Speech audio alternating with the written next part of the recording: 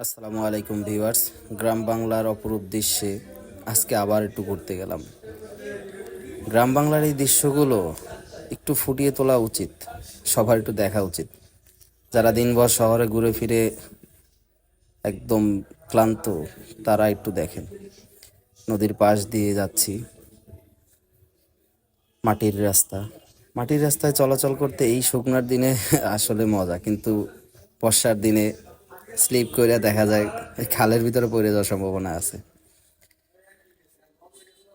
তবে গ্রামের রাস্তাগুলো যেমন দেখতে সুন্দর, তেমন অপরূপ সৌন্দর্যে ভরপুর। ব্রিজ, মাটির রাস্তা, গাছ, সব মিলে এক আলাদা পরিবেশ। চারদিক শুনশান, একদম ঠান্ডা পরিবেশ, কোনো লোকজন নেই, কোলাহল নেই, সব মিলিয়ে একটা নীরব পরিবেশ। ঘোরার জন্য খুব উত্তম এবং সুন্দর জায়গা। খালের পার বেয়ে বয়ে গেছে এই রাস্তা। আছে ছোট ছোট ঝাউ। ঝাউ বললে হয়তো অনেকে চিনবেন না। নদীর পাড়ে পাড়ে, খালের পাড়ে পাড়ে আলাদা করে একটা স্পট করা হয়, যে স্পটে পরে আপনার মাছ ধরে। ওই স্পটগুলো একটা অনেকগুলো বাঁশ দিয়ে, তারপরে আপনার টগর দিয়ে আটকানো থাকে। এই যেমন সামনে এই যে দেখতে পারতেছেন এইগুলো, এগুলো একটা টাইমে দেখা যায় খাবার দেয়, তারপর মাছ আসে, আসার পর জাল দিয়ে আটকিয়ে তারপর মাছগুলো ধরে। গ্রামীণ রোডে চলাচল আগে করতাম, এখন সময় হয় না, তাই করা হয় না। একদম বাস্তব কথা, সত্যি কথা। খেজুর গাছ, শীতের খেজুরের রস, আহা কি এক মজার জিনিস। ছোট থাকতে অনেক দিনই খাইতাম, কিন্তু এখন আর তেমন খাওয়া হয় না, পাওয়া হয় না, কারণ এখন আর আগের মতো খেজুর গাছ কাটে না কেউ। কাটবে কেন? কাটলে তো চোরে চুরি করে নিয়ে যায়। এরপর আবার সামনে কিছু দূর যাওয়ার পর পাইলাম ইটের রাস্তা। তা কি এক শব্দ, গডর গডর গডর গডর।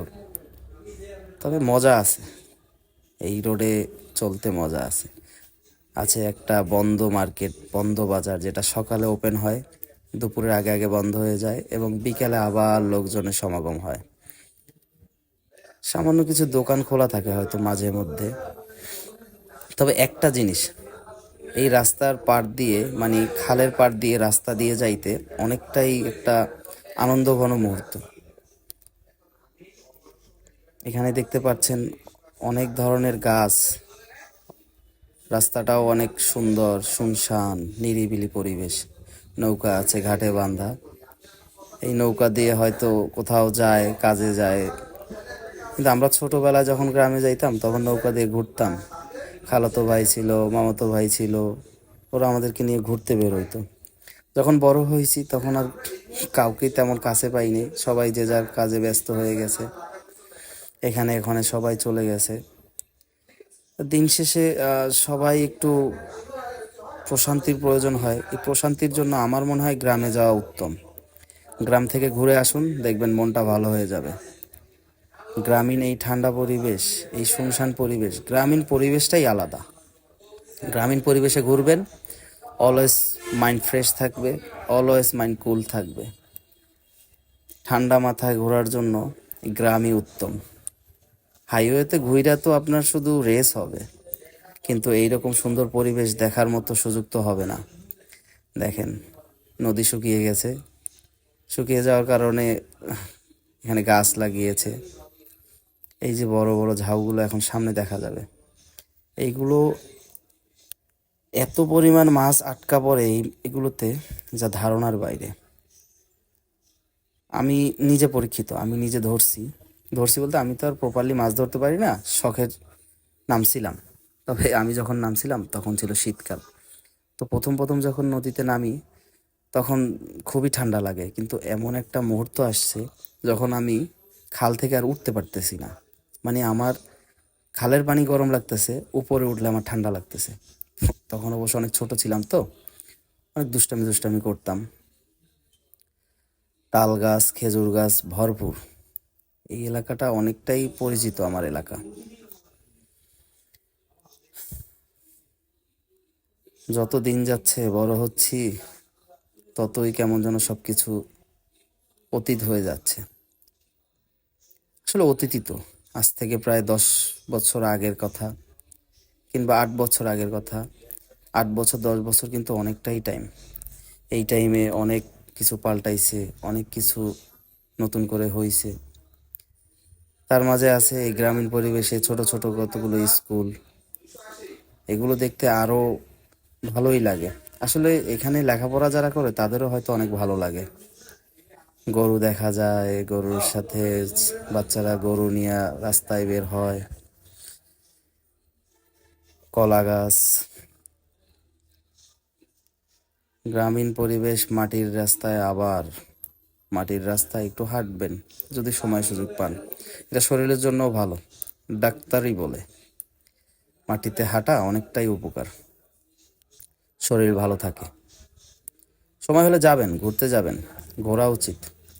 এই যে খেজুর গাছগুলো, এই খেজুর গাছগুলোতে আগে হাঁড়ি ঝুলতো, রসের হাঁড়ি, শীতের টাইমে। এখন আর কেউ কাটার মতো, গাছ কাটার মতো কোনো লোক নাই যে একটু রস পাতবে। রস তো সেই কবে খাইছি ভুলে গেছি, কাঁচা রসের যে কি মজা। চলে আসলাম সেই ঝাউয়ের এলাকায়, যেখানে ভরপুর ঝাউ।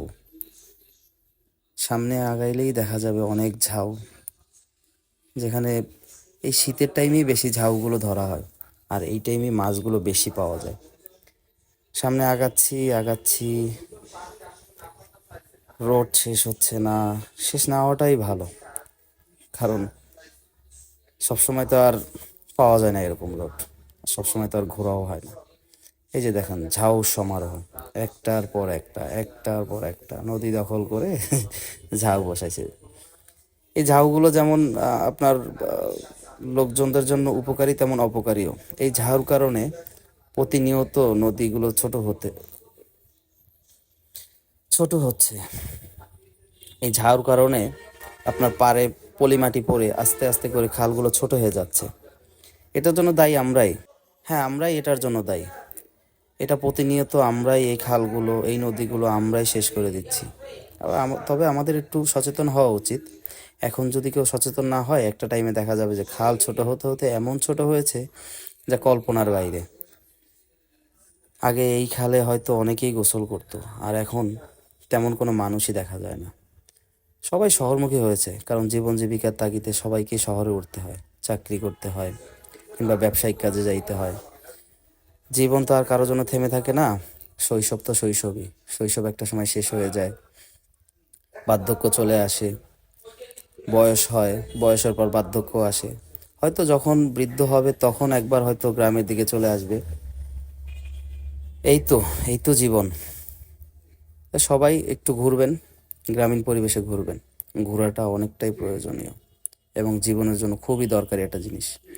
সারাদিন টাকা পয়সা কিংবা চাকরি বাকরি নিয়ে থাকলে হবে না, ঘোরাফেরার প্রয়োজন। ধান ক্ষেত, নদী, খাল সব কিছু মিলিয়েই এই বরিশাল। বরিশালের একটা নাম, ধান, নদী, খাল, এই নিয়ে বরিশাল। দেখেন, এই দেখেন খালটা কতটা ছোট হয়েছে, শুধুমাত্র এই ঝাউয়ের কারণে। খালের পার কোথা থেকে কোথায় চলে গেছে দেখেন। ঝাউ না থাকলে হয়তো আজকে এই পরিস্থিতি হইতো না। তবে এসবের জন্য আমরাই সর্বোপরি দায়ী, এবং সর্বোপরি সবসময়ের জন্য দায়ী। সবাইকে একটু সচেতন হতে হবে। হ্যাঁ, মাছ ধরে খেতে হবে, অবশ্যই মাছ খাবে, কিন্তু তাই বলে এইভাবে খাল নদী নষ্ট করে, এটা ঠিক না। সবাই একটু ঠিক হন, সচেতন হন। এটা আমাদের জন্য অতীব গুরুত্বপূর্ণ এবং জরুরি একটা জিনিস। দেশে বন্যা, পানি জলাবদ্ধতা, এটার একমাত্র কারণ হচ্ছে এই খাল নদী শুকিয়ে যাওয়ার কারণ। তবে আমরা সবাই একটু ঠিক হব, সচেতন হব, খেয়াল রাখব, এবং সব সময়ের জন্য দেশের কথা ভাবব। গ্রামীণ রাস্তা, আহা কি সেই সৌন্দর্য! গ্রামীণ রাস্তার সৌন্দর্যটা অপরূপ। ভালো থাকবেন সবাই, সময় পেলে একটু গ্রামীণ পরিবেশে ঘুরে আসবেন। আর ওদের খেলাধুলা দেখেছেন? এই খেলাধুলা হয়তো আপনি একটা টাইমে করেছেন। এগুলো সব এখন অতীত, সোনালি অতীত হয়ে গেছে। ভালো থাকবেন সবাই, আসসালামু আলাইকুম, ধন্যবাদ।